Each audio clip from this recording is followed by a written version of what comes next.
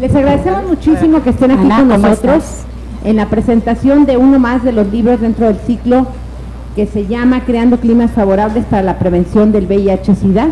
En esta ocasión nos acompañan desde la Ciudad de México, muchas gracias, desde la Ciudad de México, la doctora Edith Yesenia Peña Sánchez, quien nos va a dar una conferencia sobre las reflexiones sobre la pornografía. Pues muy buenas tardes, tengan todos y todas.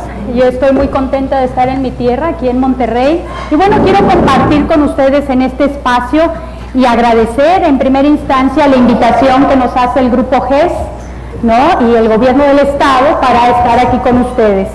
Y bueno, compartir una serie de reflexiones que tienen que ver sobre la pornografía en los tiempos globales y cómo la pornografía hoy en día está pasando de ser una pornografía tradicional a clásica, como lo que reconocemos en Garganta Profunda sobre las películas de culto, a hacer una pornografía de hágalo usted mismo en la comodidad de su casa, un bien de consumo y una pornografía que da un recurso económico en tiempos de crisis, que ahorita está siendo muy recurrida por los chavos, las chavas, para poder tener recursos económicos. Y por otro lado, una pornografía hoy reconocida por las feministas, sobre todo las feministas anarquistas, que hablan de una pospornografía, el posporno, donde ya la mujer le entra a la pornografía, a la producción de la pornografía en espacios y contextos que consideran particulares y que pueden ser positivos para su desarrollo personal. Pues comenzamos entonces platicando que a través de la historia de la humanidad ha habido un conjunto de representaciones sobre el cuerpo, el género, las sexualidades humanas, y que esta construcción que ha habido sobre estas representaciones de lo corporal y del sexo explícito se ha dado a través de la historia como un conocimiento de estética y arte, como una manifestación del erotismo humano, o como incluso se habla hoy en día de una ciencia del porno. Y por qué no decirlo, una pornografía económica como bien y consumo y servicio que se brinda hoy en día. En ese sentido, hablar de pornografía es sumergirnos en un elemento básico, el entretenimiento y el ocio. Precisamente de ahí que viene el sentido de la pornografía en épocas actuales. Dentro de un contexto del ocio, la pornografía se da como un servicio que te permite a ti tener un goce, hacer uso de una libertad sexual, una libertad del placer, pero también, ojo, al que la produce está dentro del sistema neoliberal que nos permite hablar de una libertad de expresión y una libertad del mercado, como una oferta que se da a nivel de productos. Hoy en día tenemos un sinfín de productos sobre la pornografía, empezando, ¿qué les parece?, con la fotografía, ¿no? A mediados del siglo XIX, la producción de barajitas, la producción de los calendarios para hombres, ¿no? Y así nos podemos ir a través de la historia hasta que aparece el fotolito y una seriación de imágenes. Nos podemos ir más allá hasta que aparece la televisión, el DVD, el internet, y hoy en día también se hace pornografía, porno light, ¿no? Se hace también en los tables. Todo depende de cómo lo esté viendo uno. Hay una raíz que separa lo que es la expresión del cuerpo desnudo y del acto sexual explícito, que habitualmente se contrapone según la postura que uno tenga, que es entre el arte o lo erótico pornográfico.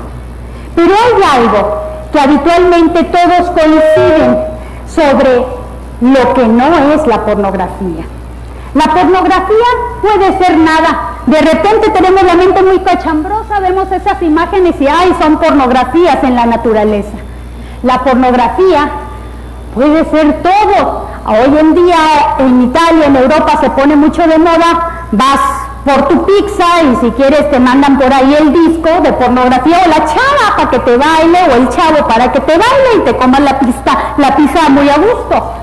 O la pornografía, lo que no puede ser es en realidad un ritual, un ceremonial colectivo que antaño se utilizaba y hoy en día por culturas orientales e indígenas todavía, con un sentido de ¿qué?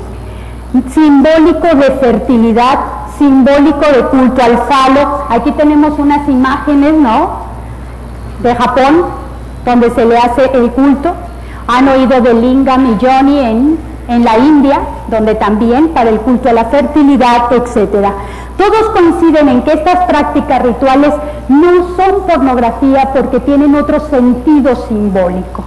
Porque en la actualidad la pornografía hace una autopsia del cuerpo, lo hace inverosímil, lo lleva a los extremos y todavía permite que dentro tú puedas explorar y ser el mejor espectador, rompiendo los límites y las fronteras de lo que tú te imaginas en tu hacer personal, pero también provocando y promoviendo el morbo de lo que podría llegar a ser un cuerpo sexuado. Por favor, en ese sentido, ¿qué sería la pornografía?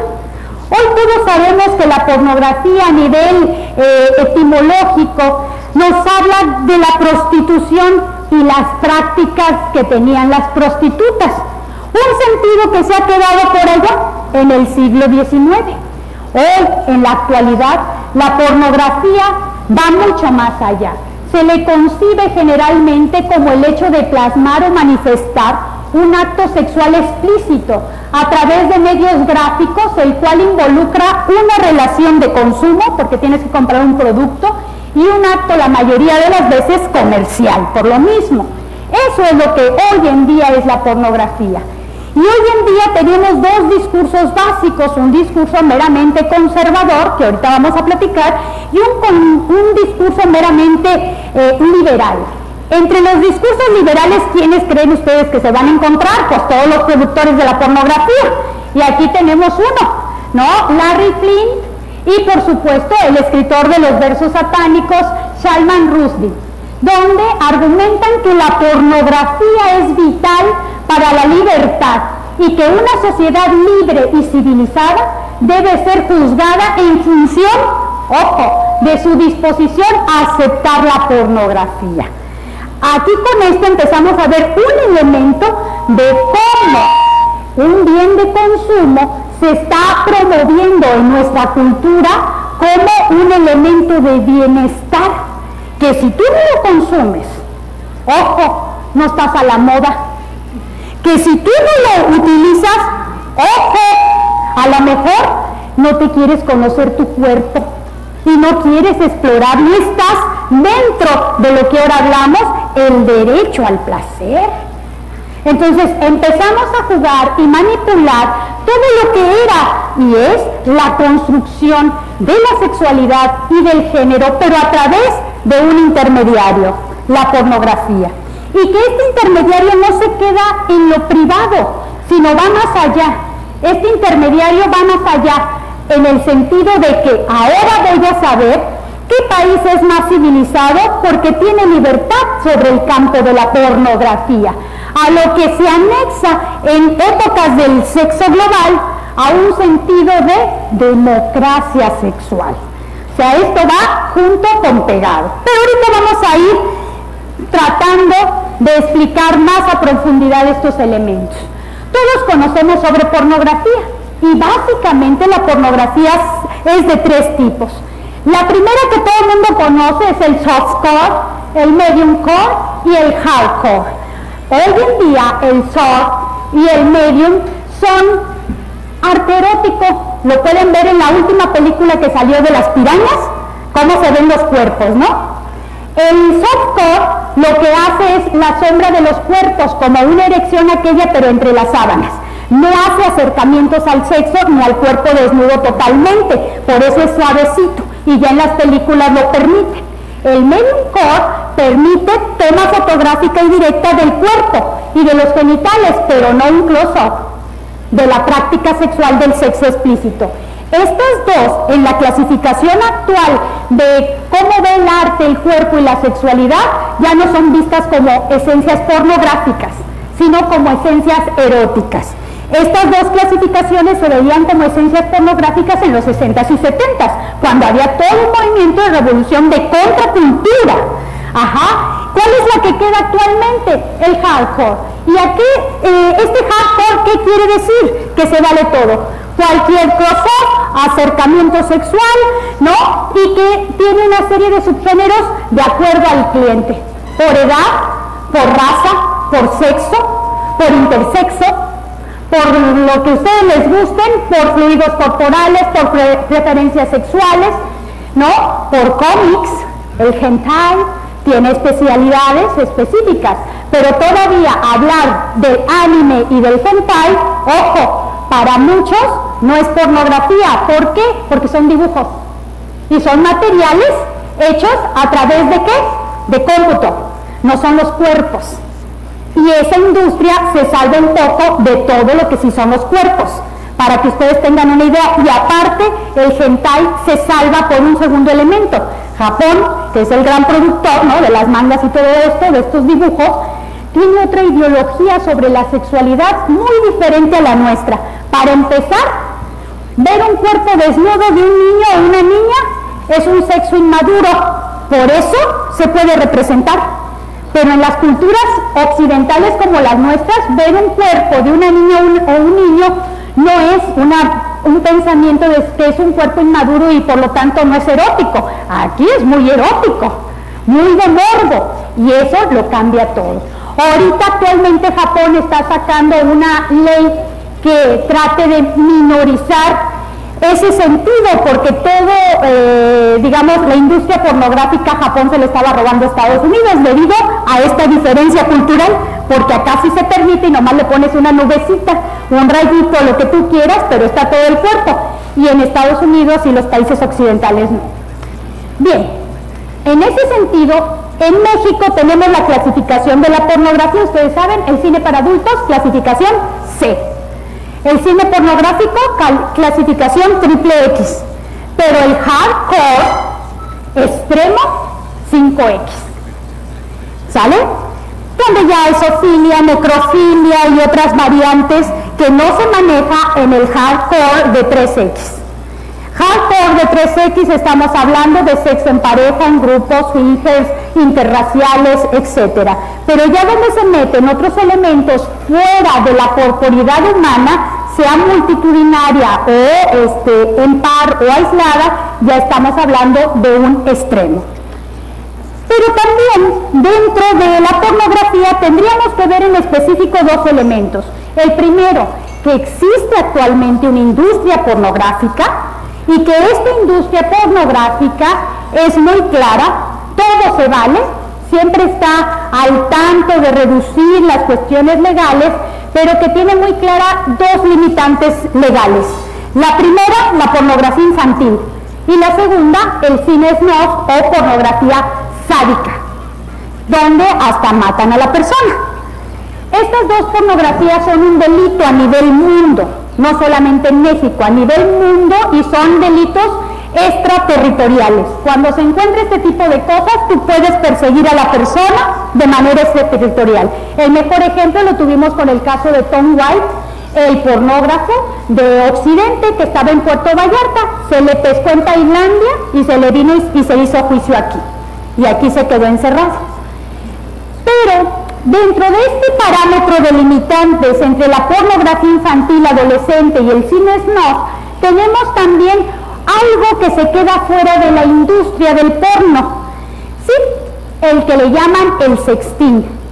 Esta nueva modalidad que entre los chavos y chavas menores de edad agarran el celular y bueno, yo voy a estar lejos y mi novio está lejos, entonces pues para que se acuerde de mí me quito la blusa sexy y me pongo por aquí, por allá y se lo mando. Y a la noche me peleo con el novio y aparezco en todos lados en internet. Esta es una modalidad muy típica. El problema ¿es delito o no es delito? El problema son menores de edad.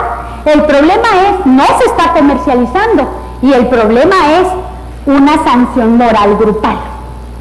Entonces empezamos a ver que una práctica que ya es muy común sí tiene varias problemáticas entre los chavos. Por otra parte, aparte del sexting, encontramos dos variantes en la pornografía ya industrializada, que es el preteen antes de ser adolescente y el teen siendo adolescente, como en las imágenes dicen. Se supone que esta preteen que ustedes ven aquí, que no tiene desarrollados los senos y demás, es una chava mayor de 18 años. Pero que la industria, junto con la industria médica, permite un atraso de las características sexuales secundarias para que precisamente sea mercancía buena para la pornografía. Y eso lo vamos a ver ahorita en el análisis de biocultural de la sexualidad. Y la otra chica, pues ya estamos hablando de una pornografía teen, un desarrollo. La industria dice que está certificado y que todas estas personas son mayores de edad, ¿no? Pero los cuerpos nos dicen otras cosas, ¿no? A los que somos médicos y antropólogos. También encontramos una serie de estadísticas, ¿no? El Colmex, junto con Parametric, en el 2008 hizo una serie de estadísticas donde empezó a preguntar a nivel nacional y en específico en el Distrito Federal, pues, ¿qué piensa el mexicano de la pornografía? Y encontró cosas muy interesantes. Lo primero que encontró es que la pornografía sí es el mexicano piensa que sí es un liberador de las tensiones del mundo real, ¿no? Y fue un 57% de los mexicanos que dijeron que sí es importante la pornografía. Este porcentaje se eleva entre los mexicanos cuando se habla de que la pornografía únicamente se debe de relacionar con los mayores de edad. El problema es cómo lo limitas en internet. O sea, empezamos a ver problemas por ahí. Otro, dice que la pornografía se consume más entre mejor calidad de vida, desarrollo humano o clase social tengas. Esto se podrá asociar al acceso y al recurso para poder obtenerla. Y otro elemento que también nos dice es que ha aumentado el uso de pornografía entre las mujeres. Por cada 2 hombres que ven pornografía hay una mujer que ve pornografía. O sea, ya no es nuevo, ya no es oculto, ya es abierto. Y que en ese tenor también, ojo, cuando se les pregunta a los mexicanos, oiga, en el año ¿cuántas veces ha visto pornografía? Menos del 17% ha visto pornografía en un año. O sea, con esas respuestas y el menos del 17, pues nos salta una duda. Y si le preguntas, de acuerdo a la religión católica, entre los que son católicos y cristianos con todas sus variantes, baja más todavía el porcentaje. Y los que no tienen religión, pues por supuesto que sube, ¿no? Entonces está muy amañado todavía el concepto de cómo establecer una encuesta al mexicano, porque habitualmente pues lo que estamos escuchando es el deber ser, no lo que hacemos en realidad. ¿Se acuerdan que habíamos comentado que existen 2 posturas sobre la pornografía? La primera es harta conocida, la conservadora, y esta postura conservadora tomó gran auge en la contracultura de los años 70. Esta postura conservadora tiene muchos recovecos. En ella se pueden anexar tendencias judeocristianas, feministas, radicales, humanistas, políticas y conservadoras. Pero ¿cuáles son los principales elementos de una visión o una perspectiva conservadora para la porno? Primero, nos dicen que hay una invalidación de la expresión sexual fuera del ámbito reproductivo y matrimonial. Segunda, que hay un sexismo, ¿no? Porque la pornografía estaba hecha para hombres. 2, que la mujer es objeto, siempre está siendo sometida en la pornografía. 3, que es una visión machista y misógina, lo que te brinda la pornografía, que se le asocia a una impronta de violencia y por lo tanto puede inducir a una criminalidad. Y esto lleva a lo que ustedes han oído a través del tiempo, a la degeneración y pérdida de valores. Mientras que la postura liberal también, que tiene muchos recovecos, tiene tendencias anarquistas, humanistas, feministas, queer, post-porno y sexológicas, nos dice todo lo contrario. Nos dice que al contrario, la pornografía es una expresión sexual humana polimórfica. Que no nos asustemos, que todo el mundo le entra. 2, que nos habla de una libertad de expresión. una libertad sexual y un acceso al derecho de tener libertad al placer. Finalmente, es una necesidad de experimentarnos y de experimentar el desarrollo humano, que la pornografía puede educar y que la pornografía como sexólogos nos puede ayudar a resolver problemas de disfunción sexual. Ambas posturas, como bien dice aquí la diapositiva, se enfocan en una visión del cuerpo, del sexo, del género y la sexualidad, pues muy ad hoc, ¿sí? Muy ad hoc con el sistema sexogenérico estatal en el que vivimos. Seas liberal o seas conservador, el sistema da el ancho para que los dos puedan convivir, porque la oferta del mercado de la sexualidad está ahí presente. No me estás afectando por la posibilidad o no de cuál es tu tendencia y pensamiento. Con que tú consumas el producto es suficiente. Y es algo que habitualmente los consumidores no nos percatamos. Bien, ambas posturas también se entrecruzan con un problema muy grande, la industria del entretenimiento, que promueven no solamente la pornografía, sino todos aquellos elementos y productos que se le anexan a la pornografía. Por favor, David. Ajá. ¿Qué productos y elementos se anexan a la pornografía? Primero, el sentido popular. Sí, cuando tú estás con alguien, entre los chavos ya se oye decir, ay, sexo oral, ni te preocupes, porque ese no es sexo de verdad. Las lesbianas no se hacen nada, ¿no? Cuando estás con los más jóvenes dicen, yo ya tuve sexo por aquí, inguinal, axilar y demás, pero ahí no. Así que el sexo oral es la mejor respuesta, no te preocupes. Dos, el sexo anal. No conoces el sexo anal, no sabes lo que te has perdido de la sexualidad, no sabes nada del sexo. ¿Ya viste las arrugas que tienes? ¿Sí? El semen es lo mejor para quitar las arrugas. No utilizas juguetes sexuales, ay, fíjate que estás en la era de la piedra. Lo de hoy, para ser moderna, es utilizar juguetes sexuales. Todas estas cuestiones que parecen tan simplistas, finalmente nos dan un sentido de cómo sí están afectando y generando estereotipos estos modelos que observamos. Tan es así que podemos observar, muchachos, que existen países que se dedican a producir la pornografía y países que se dedican a hacer la mano de obra. El mejor ejemplo, muchachos, México, en Acapulco, en Mazatlán, en Puerto Vallarta, Tailandia, el paraíso, lo que quieras, recién nacido, niño, embarazada, lo que quieras, fuera o dentro de la ley. Hay países, ¿dónde está la democracia sexual? Si hay nuevamente países que son los productores, que son los países inframundo, y países que son los consumidores, principalmente Estados Unidos e Inglaterra. De hecho, Inglaterra es de los países que pugna por bajar la edad para tener acceso a otras políticas y posibilidades sexuales, ¿no? En vez de ser 18 años, la quieren bajar a 14, 16 años. Entonces, eso nos habla de otras realidades que también no tomamos en cuenta. Por eso, todavía ahí está la estabilidad del sistema. No se ha caído, ¿no? Por favor, David.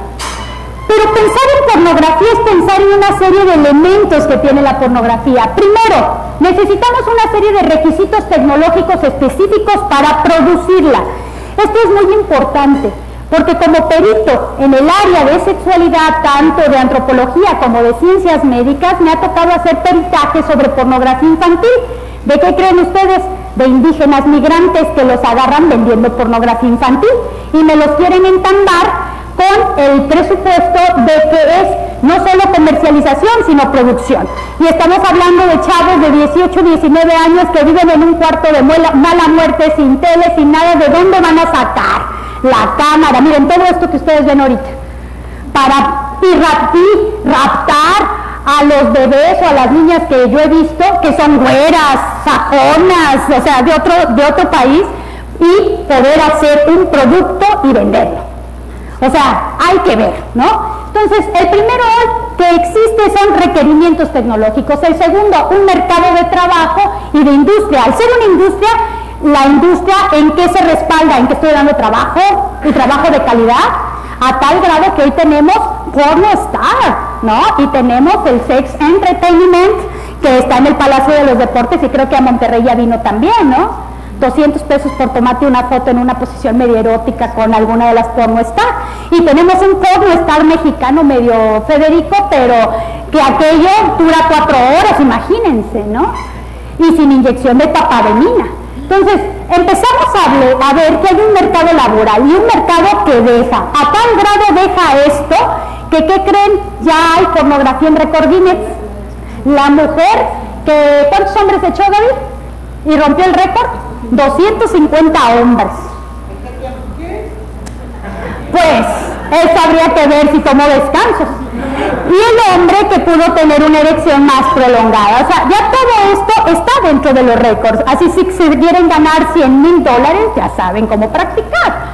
Bueno, hay también dentro de la industria una situación médico-legal característica. Sabíamos que dentro de la industria el gran problema que teníamos eran las infecciones de transmisión sexual y el virus del papiloma humano y el VIH-Sida. Ya lo médico-legal intervino y ahora se hacen pruebas dependiendo la práctica y el trabajo cada semana o cada 15 días. Por ejemplo, si te toca, es que es por especialidad. De acuerdo a las más riesgosas, cada semana, 15 días, y si eres porno star, pues olvídate. Bien. Generación de productos comerciales vendibles, por lo tanto se sujeta a una oferta y una demanda. No es que la pornografía siempre haya existido, sino que siempre ha habido un sistema que la promueve, porque un sistema que regula el comportamiento sexual también te genera una serie de productos que consumas clandestinamente y que se libere, ¿no?, tu problemática de represión sexual que ella misma te genera. Entonces, en ese sentido, no es extraño que el porno venga con una gran oferta y gran demanda del mercado, porque yo misma como médico te la oferto.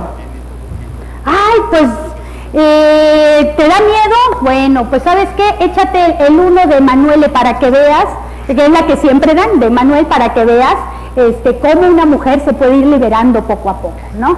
Y entonces también entramos a este juego. Distribución masiva por medios tecnológicos y reforzamiento por eventos, ya dijimos, el DVD, el gran número de que la porno se mete a la intimidad del hogar. La porno antes no se metía a la intimidad del hogar y era de clases sociales altas, porque comprar las barajitas o la fotografía era un dineral. Ya después se hace masiva y se populariza y entra a la intimidad del hogar. ¿Con quién? Con el videocassette, con el VCR, con todo lo que ustedes imaginan, y ahora con el DVD. Bien, espectador consumidor. Para que yo pueda consumir una porno o porno, ¿qué es lo que pasa? Que tiene que estar el espectador y tiene que estar el que lo produce, ¿no? Pero hay algo en medio que no tomamos en cuenta. Hay una barrera tecnológica, y esa barrera tecnológica es la que a mí me da un sentido de impersonalidad ética. ¿Sí? Una barrera. Yo no te estoy violando a ti, ¿verdad? Me estaré masturbando, pero no te estoy haciendo nada. ¿Por qué? Porque no te tengo cerca. Es a través de un medio tecnológico. Entonces, a mí que me interesa que tú tengas 14 años. Yo estoy cumpliendo lo que yo quiero desde mi hogar. A mí que me interesa que el productor a ti te haya, pues a lo mejor agarrado y de manera fraudulenta, criminal, pero que ahora que tienes 20 sigas en el negocio. Entonces, hay una barrera de ética impersonal que nos da la pornografía, y es algo que como consumidores pasamos por alto, ¿no?